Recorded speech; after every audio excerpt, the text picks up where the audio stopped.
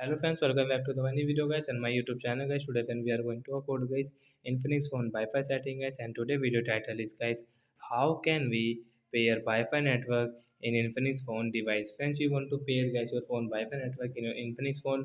So how can you pair it today friends? I will show you, I will tell you in this video guys. So before starting video friends, first of all go and subscribe the channel guys, click the bell icon and like the video. So when first of all we will on guys our phone setting guys.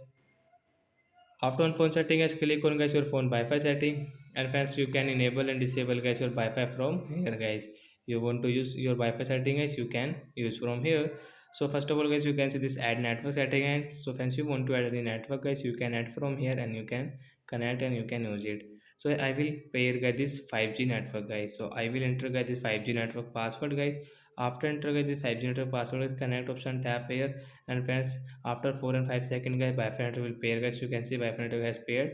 Okay, 5G network guys we have paired in our Infinix phone. So we can operate guys while using any app. We don't have mobile data guys, so we can Wi-Fi network guys and we can use it. So that's it guys. Thanks for watching the video guys. I hope friends have understood how to pair Wi-Fi network. So bye guys.